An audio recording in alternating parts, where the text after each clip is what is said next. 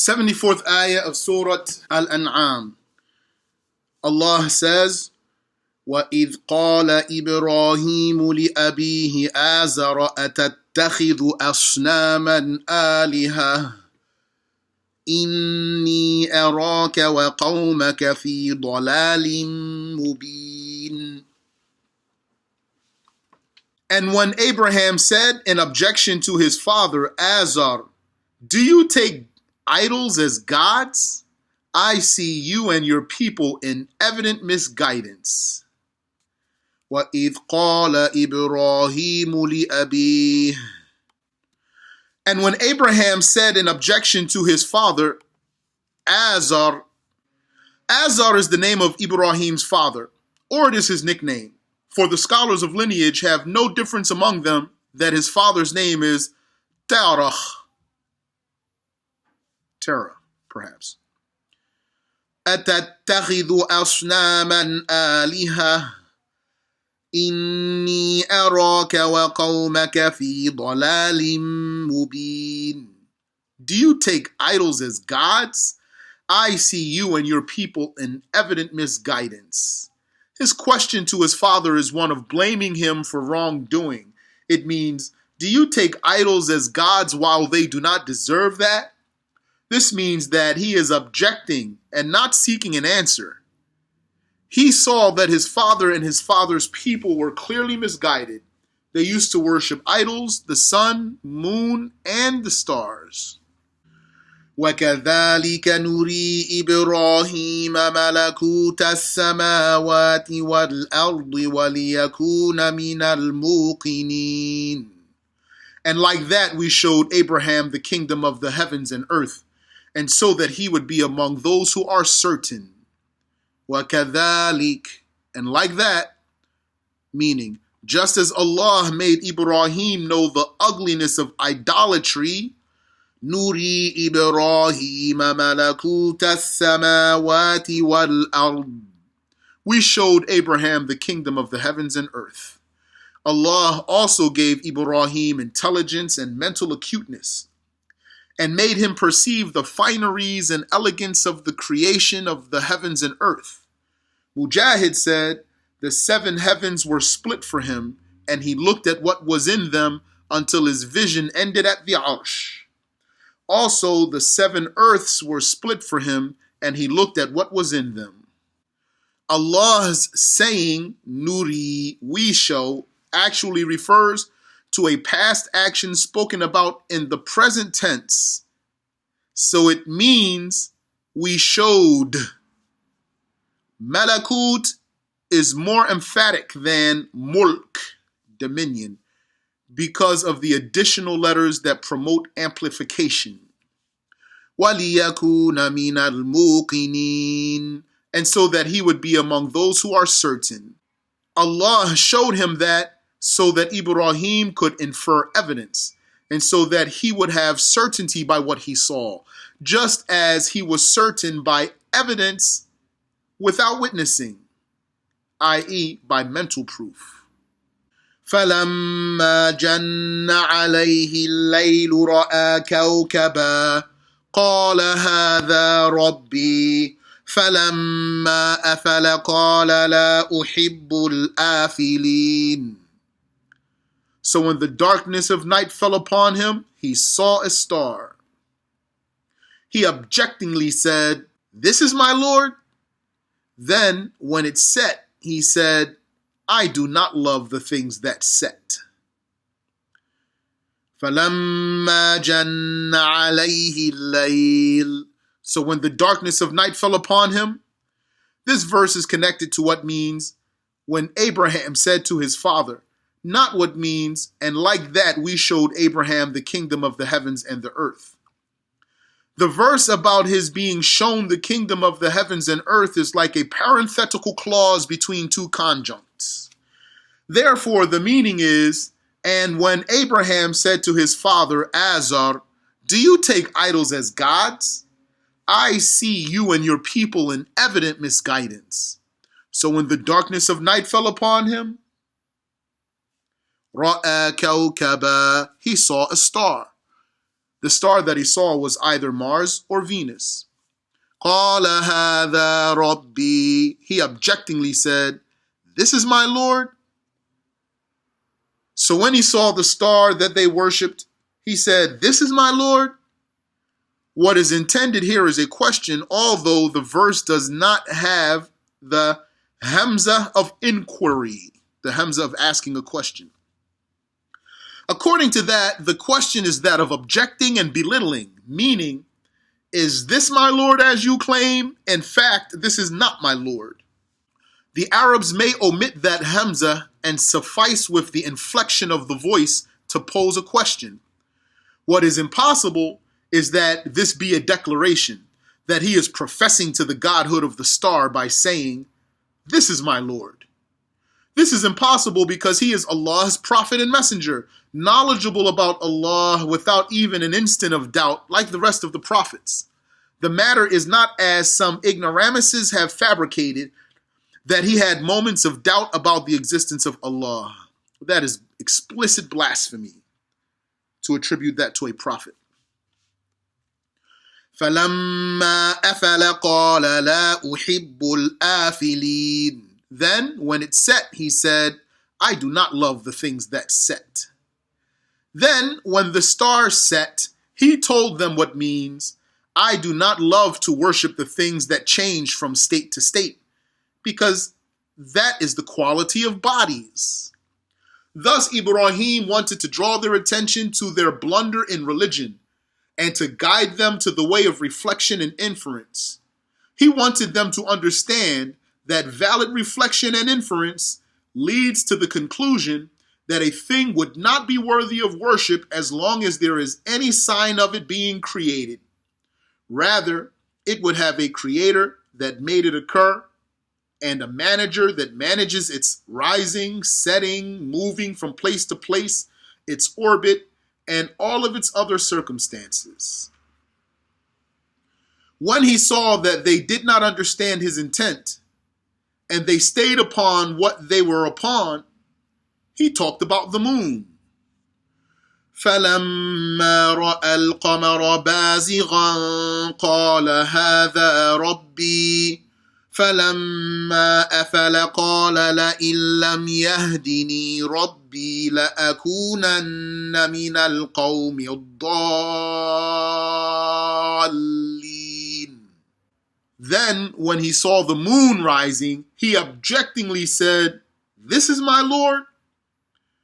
Then, when it set, he said, if my Lord did not guide me, I would verily be among the misled. فَلَمَّا رَأَى الْقَمَرَ بَازِغًا قَالَ هَذَا رَبِّي. Then, when he saw the moon rising, he objectingly said, this is my Lord. Ibrahim drew his people's attention to the fact that whoever worships the moon is misguided. فَلَمَّا أَفَلَ قَالَ. Then when it set, he said. The reason he used its setting as evidence in his argument and not its rising, despite that both are a transfer from one state to another, is that its disappearance is a transfer into being hidden and veiled, making its imperfection more obvious. لَئِن لَّمْ يَهْدِنِي رَبِّي لَأَكُونَنَّ مِنَ الْقَوْمِ الضَّالِّينَ. If my Lord did not guide me, I would verily be among the misled. When he did not find in him the result he desired, he disowned himself from being a moon worshipper, because the moon is not suitable for worship. So when the sun rose, he did the same. فَلَمَّا رَأَى الشَّمْسَ بَازِغَةً قَالَ هَذَا رَبِّي هَذَا أَكْبَرُ. فَلَمَّا أَفَلَتْ قَالَ يَا قَوْمِ إِنِّي بَرِيءٌ مِّمَّا تُشْرِكُونَ. Then, when he saw the sun rising, he objectingly said, this is my Lord? This is bigger. Then, when it set, he said, O my people, I am innocent of what you associate. when he did not find from them the response that he wanted, and it was clear to him that they had sick minds and dark, arrogant hearts, Ibrahim disowned himself from their paganism. In these verses, Ibrahim first clarified for his people that the star is not suitable for worship. Then he moved to refute their worship of the moon, which is brighter and more beautiful. Then he talked about the sun, which is the brightest celestial body. He clarified that it is a thing of volume and limits, and that it changes, it rises and sets. If it changes, then it is not suitable for worship. Rather, it is in need of the one who changes it and maintains its existence, and that is Allah Ta'ala. It was said that all of this discussion was his thinking to himself and reflecting inwardly. However, that is an outweighed position because of his saying, O my people, إني وجهت وجهي للذي فطر السماوات والأرض حنيفا وما أنا من المشركين. Surely, I have devoted my worship to the one who created the heavens and earth as a Hanif, and it is not I who is among the pagans. إني وجهت وجهي للذي فطر السماوات والأرض. Surely I have devoted my worship to the one who created the heavens and earth. Ibrahim continues to say that he dedicates his worship to the one whom all of these occurrences and events prove that he is the one who made them happen. Literally, his statement would say, I have directed myself, or my face, to the one who created the heavens and earth. Hanifa, as a Hanif. The Hanif is the one who inclines away from all religions except Islam. وَمَا أَنَا مِنَ الْمُشْرِكِينَ. And it is not I who is among the pagans. His telling them that he is not a pagan means that he is not the one who associates partners with Allah, and that he is not a member of their religion. وَحَاجَّهُ قَوْمُهُ قَالَ أَتُحَاجُّونِّي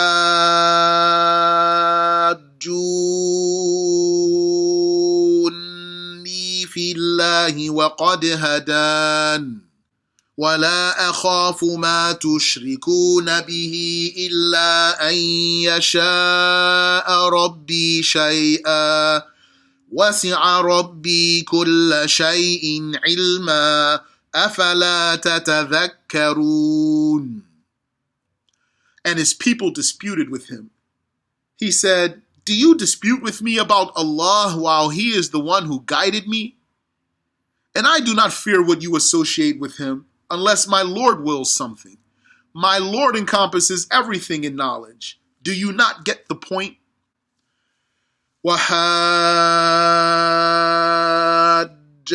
قَوْمُهُ قَالَ أَتُحَاجُّونِّي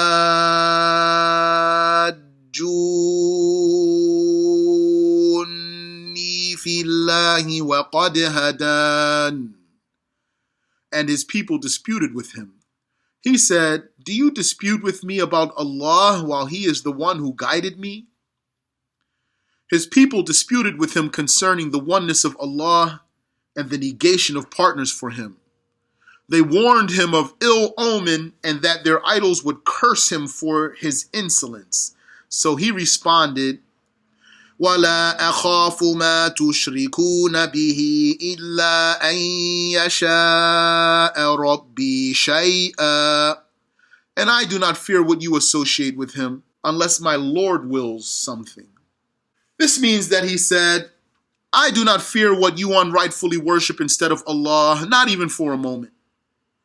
They have no power to benefit or to inflict harm. However, if it were my Lord who willed for me to be inflicted by way of those idols, then he is the one who has the power to create benefit or harm in whatever he willed. It is not the idols themselves that have that power. وَسِعَ رَبِّي كُلَّ شَيْءٍ عِلْمًا أَفَلَا تَتَذَكَّرُونَ. My Lord encompasses everything in knowledge. Do you not get the point? Ibrahim said, my Lord has encompassed everything by knowledge, and so nothing will harm or benefit except in accordance with his knowledge. Do you not get the point and distinguish between what is powerful and what is unable? وَكَيْفَ أَخَافُ مَا أَشْرَكْتُمْ وَلَا تَخَافُونَ أَنَّكُمْ أَشْرَكْتُمْ بِاللَّهِ وَلَا تَخَافُونَ أَنَّكُمْ أَشْرَكْتُمْ بِاللَّهِ ما لم ينزل به عليكم سلطانا فأي الفريقين أحق بالأمن إن كنتم تعلمون. And how would I fear what you have associated, and you do not fear that you have associated with Allah that for which he did not descend upon you any authority? So which of the two parties is more deserving of safety? If you know, وَكَيْفَ أَخَافُ مَا أَشْرَكْتُمْ وَلَا تَخَافُونَ أَنَّكُمْ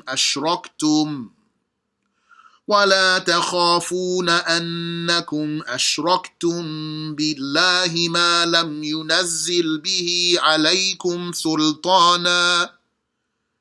And how would I fear what you have associated, and you do not fear that you have associated with Allah that for which he did not descend upon you any authority? He says, how would I fear what you have associated with Allah, and there's no reason to fear them?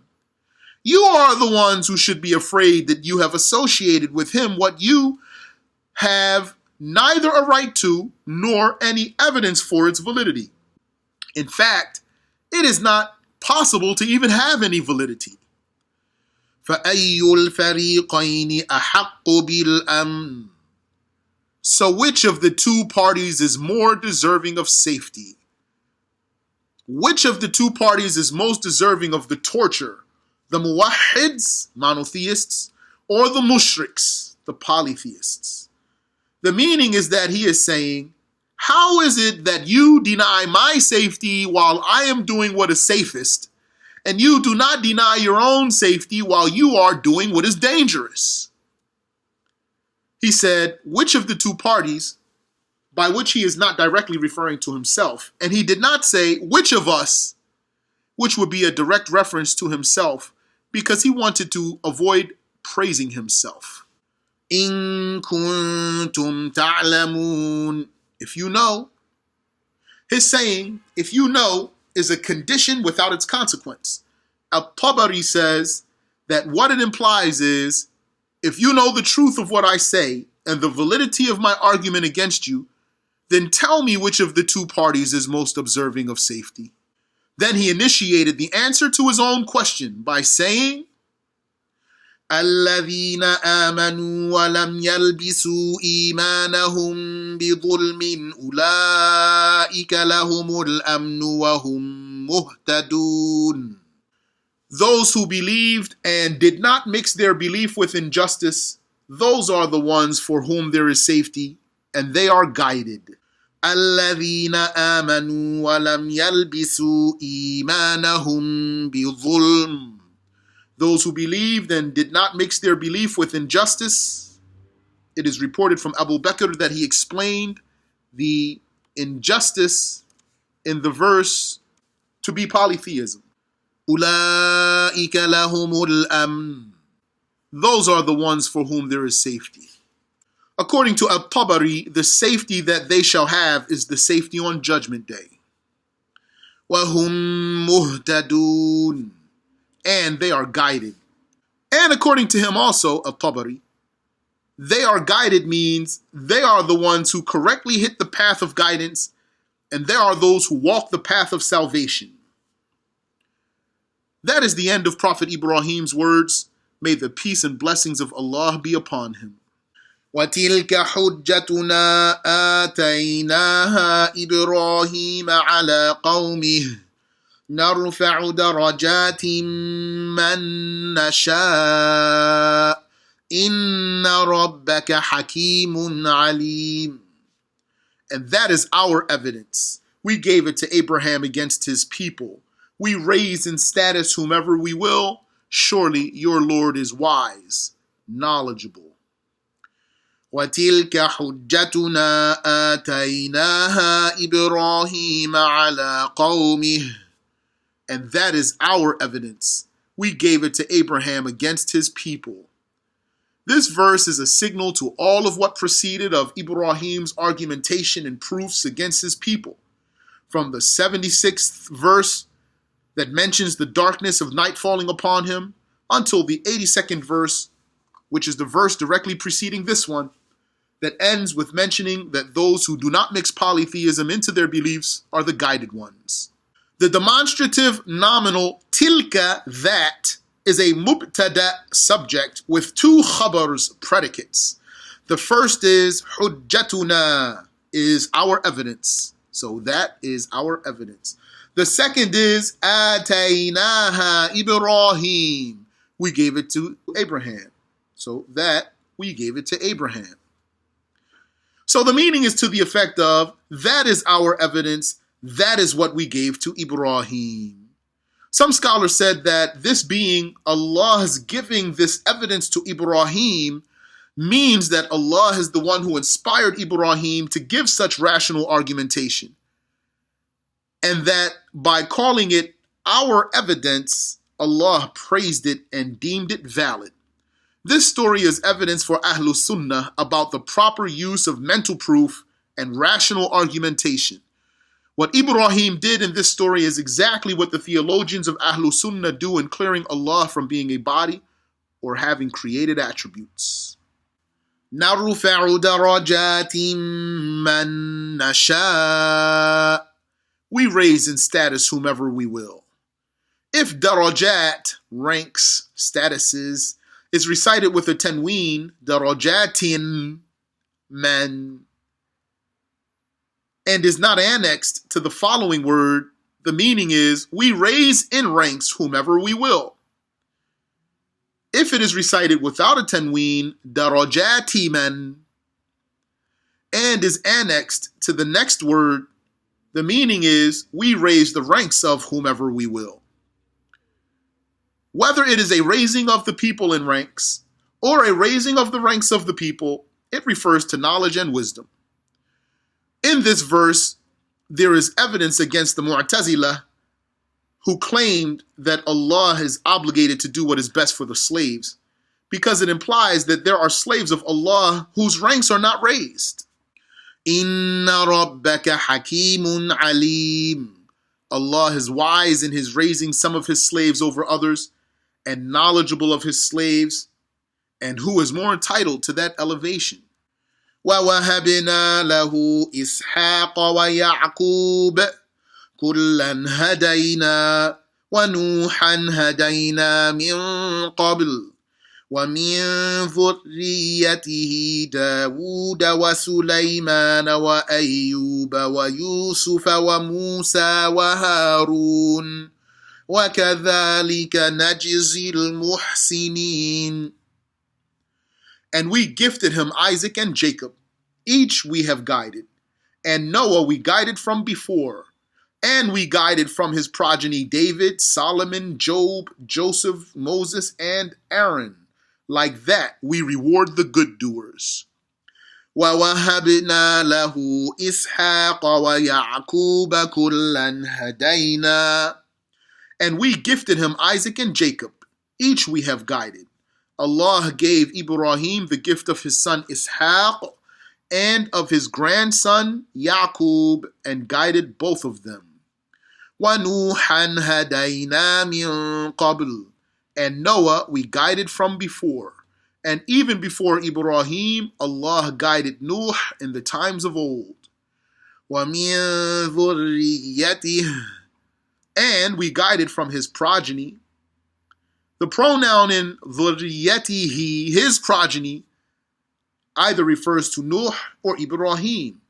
It is likely in reference to Nuh, because among the prophets, Yunus and Lut, who will be mentioned in a coming verse, were not from the progeny of Ibrahim. داود وسليمان وأيوب ويوسف وموسى وهارون وكذلك نجزي المحسنين. David, Solomon, Job, Joseph, Moses, and Aaron, and like that, we reward the good doers. Among that guided progeny is Dawood, Sulaiman, Ayub, Yusuf, Musa, and Harun.